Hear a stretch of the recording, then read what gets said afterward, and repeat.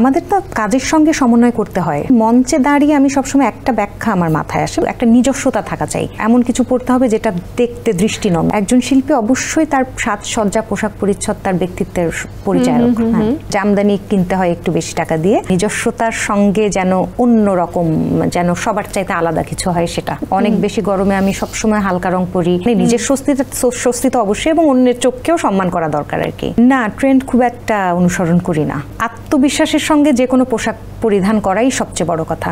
তো পোশাক পরার ক্ষেত্রে আপনি আসলে কোনটা বেশি প্রেফার করেন? সেটা হচ্ছে স্বাচ্ছন্দ্য থাকেন, অনেক সময় আমি আরামদায়ক পোশাক পরতে চাই কিংবা খুব ফ্যাশনেবল পোশাক পরতে চাই, কোনটা আসলে বেশি আসলে আপনার জন্য পছন্দের, কোনটা বেশি দেখেন? না, আমাদের তো কাজের সঙ্গে সমন্বয় করতে হয় স্বাচ্ছন্দ্যটা, মানে অবশ্যই স্বাচ্ছন্দ্য মাথায় রাখতে হয়, যেটাতে আমি নিজেই স্বস্তি বোধ করছি না সেরকম কিছু পড়ি না। কিন্তু কাজের প্রয়োজনে যেমন মঞ্চে দাঁড়িয়ে আমি সবসময় একটা ব্যাখ্যা আমার মাথায় আসে, মানে মঞ্চে দাঁড়ানোর পরে এমন লাগতে হবে একজন পারফর্মারকে যিনি অন্য সবার চাইতে আলাদা। মানে আমি যা পরে আছি তা যদি আমি দর্শক সারিতেও একই রকম পোশাক পরা কাউকে দেখতে পাই, তাহলে আমাকে নিজেকে আর খুব বিশেষ মনে হবে না আমার কাছে, সেরকম একটা ব্যাপার থাকে। এমন নয় যে খুব দামি কিছু হতে হবে বা অনেক টাকা খরচ করে কিছু বানাতে হবে, তা না, কিন্তু একটা নিজস্বতা থাকা চাই। তো সেই নিজস্বতা থাকতে হলে সবসময় যে খুব স্বাচ্ছন্দ্যে, যেমন আমি সুতি কাপড় পরতে পছন্দ করি, সুতি একটা জামা পরে তাই বলে আবার মঞ্চে উঠলে সেটা দেখতে ভালো লাগবে না।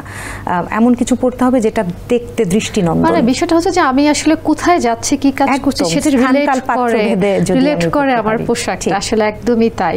একটা পোশাক কি আসলে একজন শিল্পীর ব্যক্তিত্ব প্রকাশ করতে সহায়ক ভূমিকা পালন করে কি মনে হয়? নিশ্চয়ই। কেবলমাত্র মডেল যাদের পেশাটা হচ্ছে কাপড়কে উপস্থাপন করা, তাদের কথা বাদ দিয়ে, তাদের তো সেটা পেশার কারণেই করতে হবে, কিন্তু তাদের কথা বাদ দিয়ে একজন শিল্পী অবশ্যই তার সাজসজ্জা, পোশাক পরিচ্ছদ তার ব্যক্তিত্বের পরিচায়ক। আচ্ছা, কোন ধরনের পোশাকে আসলে পুতুলের কাছে নিজেকে বেশি আত্মবিশ্বাসী মনে হয়? যে পোশাকটা পরে নিজেকে খুব আত্মবিশ্বাসী মনে হচ্ছে এরকম? শাড়ি না? আচ্ছা, সংগ্রহে তো অনেক পোশাক রয়েছে পুতুলের। সবচেয়ে দামি পোশাকের ক্ষেত্রে যদি আমরা যাই, সবচেয়ে দামি পোশাক হিসেবে কি রয়েছে? সেভাবে বলতে পারবো না, তবে যেই জামদানির ক্ষেত্রে, জামদানি একটা ভালো মানের জামদানির একটা নির্দিষ্ট অঙ্কের উপরে হয় সেটা, সেই ক্ষেত্রে জামদানি কিনতে হয় একটু বেশি টাকা দিয়ে। আর এছাড়া যদি দেশের বাইরে ডিজাইনারের কথা বলি, সেরকম ডিজাইনার ওয়্যার যেগুলো আছে সেগুলো একটু দামি হয়।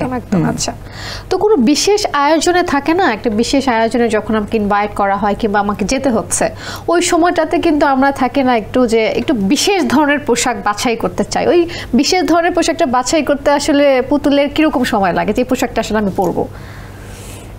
আমি অনেক আগের থেকে পরিকল্পনা করি যে কোনো কাজ, মানে এই ধরনের আয়োজনগুলো তো হুট করে হয় না, একটু 1 মাস সময় পাওয়া যায় বা 2 সপ্তাহ সময় পাওয়া যায়। সেক্ষেত্রে আগের থেকে পরিকল্পনা করলে গুছিয়ে করা যায়, এবং সেক্ষেত্রে চেষ্টা করি অবশ্যই মানে নিজস্বতার সঙ্গে যেন অন্য রকম, যেন সবার চাইতে আলাদা কিছু হয় সেটা।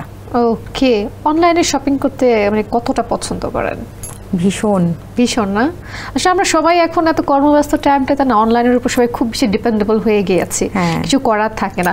তো পোশাক নির্বাচনের ক্ষেত্রে ধরেন আজকে আপনি একটা প্রোগ্রামে যাচ্ছেন, বাইরে প্রচুর বৃষ্টি হচ্ছে কিংবা আপনার ওয়েদারটা আপনার ফেভারে না, তো আসলে ওয়েদার কি আসলে ডিপেন্ড করে পোশাক নির্বাচনের ক্ষেত্রে? আজকে আমি কি পরে বের হচ্ছে, বাইরে ওয়েদারটা কেমন?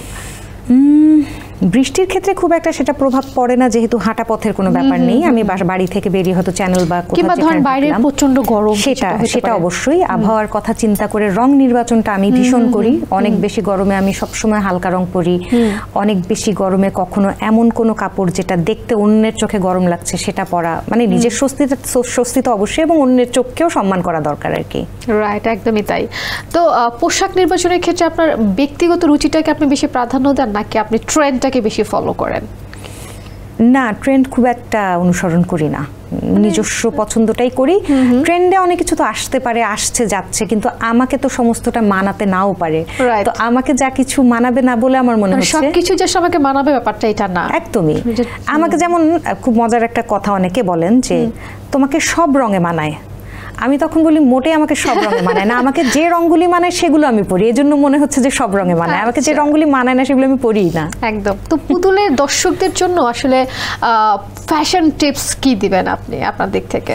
টিপস দেওয়ার কিছু নেই, আমি মনে করি আত্মবিশ্বাসের সঙ্গে যে কোনো পোশাক পরিধান করাই সবচেয়ে বড় কথা।